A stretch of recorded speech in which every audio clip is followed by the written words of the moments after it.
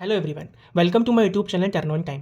तो आज के इस लेक्चर में हम समझेंगे कि आखिर ब्रेक कीवर्ड क्या होता है। तो आपने कहीं कोड वगैरह लिखा होगा तो आपने देखा होगा कि हम लूप्स में इस ब्रेक कीवर्ड का काफ़ी यूज़ करते हैं। तो चलिए आज समझते हैं आखिर ब्रेक कीवर्ड होता क्या है और हम इसका कहाँ यूज़ करते हैं और क्यों यूज़ करते हैं। तो मैंने एक एग्जाम्पल लिया है जिसमें मैंने एक फॉर लूप लगाया है जिसमें आई की वैल्यू 1 है और आई की वैल्यू 5 तक जा रही है और मैंने सी आउट किया आई को। तो आउटपुट में क्या मिलेगा मुझे 1 2 3 4 5, है ना।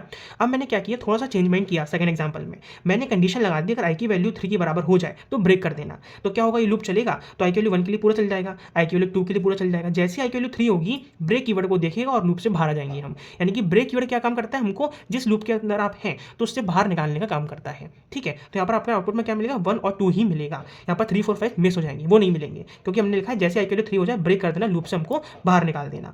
अब ये नहीं है कि हमने इसे एक फॉर लूप लगाया, एक और फॉर लूप लगाया और उसके अंदर ब्रेक लिखा तो सबसे बाहर निकाल देता है ब्रेक, ऐसा नहीं होता। आप जिस लूप के अंदर लिखोगे उस लूप से बाहर निकाल देगा, सारे लूप से बाहर नहीं निकालता ये। ठीक है, तो हम एक काम करते हैं, एक बार VS कोड में कोड लिख के देखते हैं, रन करके देखते हैं, हमको और अच्छे समझ में आएगा इस ब्रेक कीवर्ड के बारे में। तो आप देख सकते हैं मैंने यहाँ पर क्या किया, मैंने नॉर्मल एक फॉर लूप बनाया जिसमें मैंने आई की वैल्यू 1 से इनिशियलाइज की और बोला आई की वैल्यू 5 तक जानी चाहिए और सी आउट कर दिया आई को। तो हमारे पास आउटपुट में क्या मिलना चाहिए, 1 2 3 4 5 यही आना चाहिए। चलिए इसको रन करके भी देख लेते हैं एक बार।